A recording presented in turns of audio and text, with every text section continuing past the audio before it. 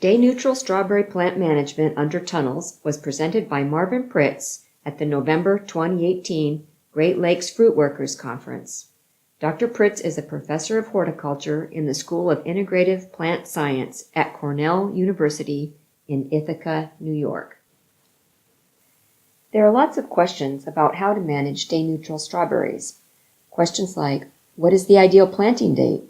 How much should the plants be fertilized? How should the plastic be managed? And should the plants be overwintered? Dayneutral plants can grow quite well throughout the Northeast, and tunnels make a real positive difference in fruit quality. This commercial field of Dayneutral strawberries under plastic is near Rochester, New York, and is an example of how tunnel culture is catching on in the region.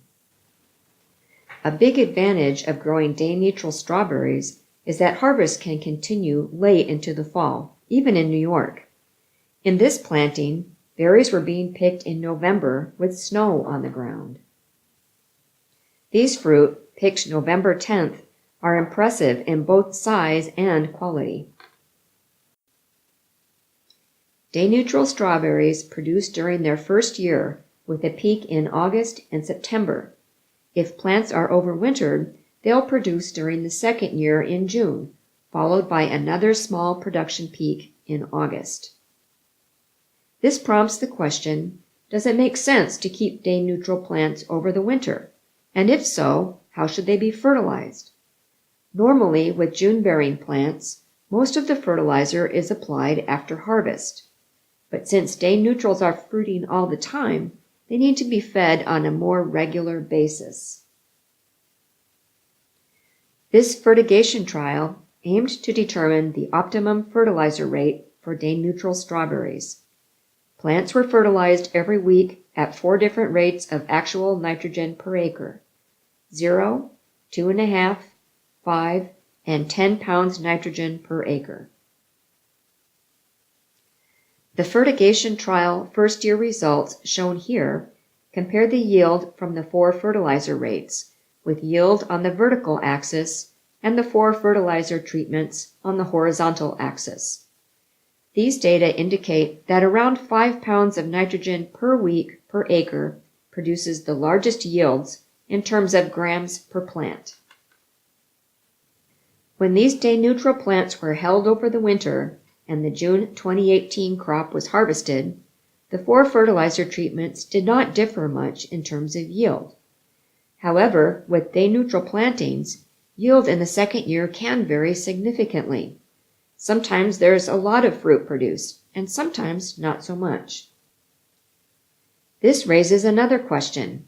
What exactly does affect Dayneutral strawberry overwintering and fruit production in the second year?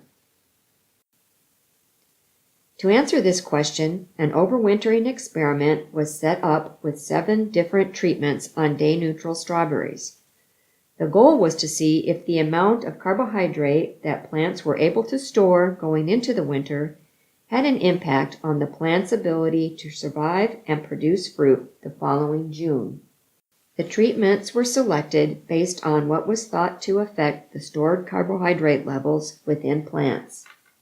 Treatments included no mulching protection, straw mulch applied about a month early on November 15th, normal mulching on December 15th, row cover used for winter protection, removing flowers starting October 1st, removing flowers starting October 15th, and foliar urea sprays in combination with normal straw mulching.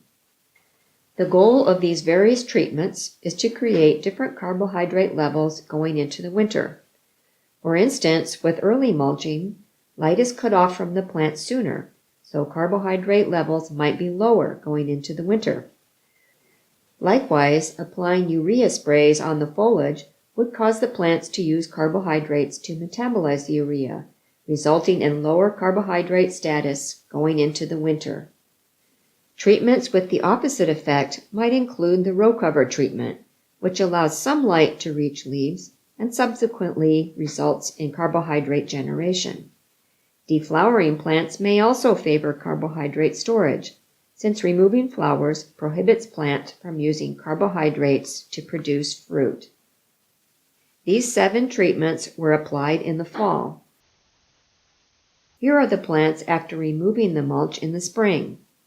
Some of the plants looked pretty rough, but some didn't look too bad. These data show the number of plants alive in the fall in the top chart and the number of plants alive the following spring in the bottom chart. The treatments are numbered 1 through 7 in each chart.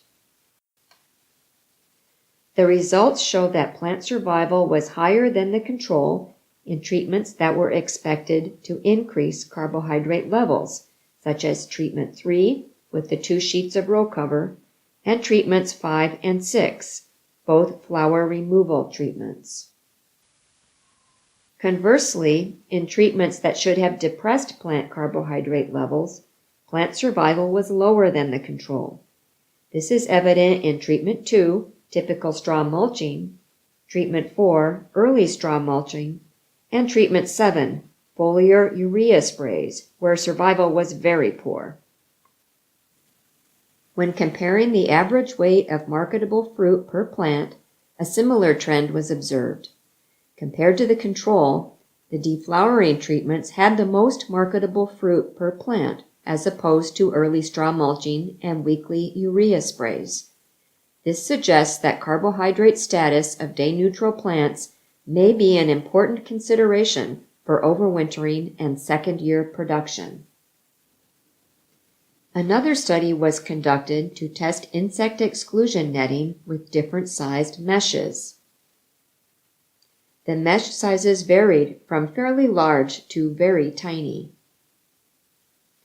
The goal was to see how production would be affected if exclusion netting prevented entry of various insect pests, but also potentially excluded pollinators. The netting was kept over the plants at all times except when the fruit was being harvested. The results were very interesting. The control plants with no netting had the lowest yield, and the smaller the mesh size, the higher the yield even without the presence of pollinators.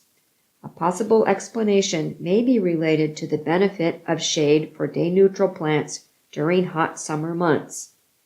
In any case, it appears that Albion day-neutral strawberries can produce well without the presence of bees. Upcoming research with day-neutral strawberries in low tunnels will include further testing of shading and exclusion netting as a means to increase production. Additional studies will focus on cultural strategies to increase production during the second year. For more information on growing day-neutral strawberries in low tunnels, download the free Low Tunnel Strawberry Production Guide, available from www.tunnelberries.org.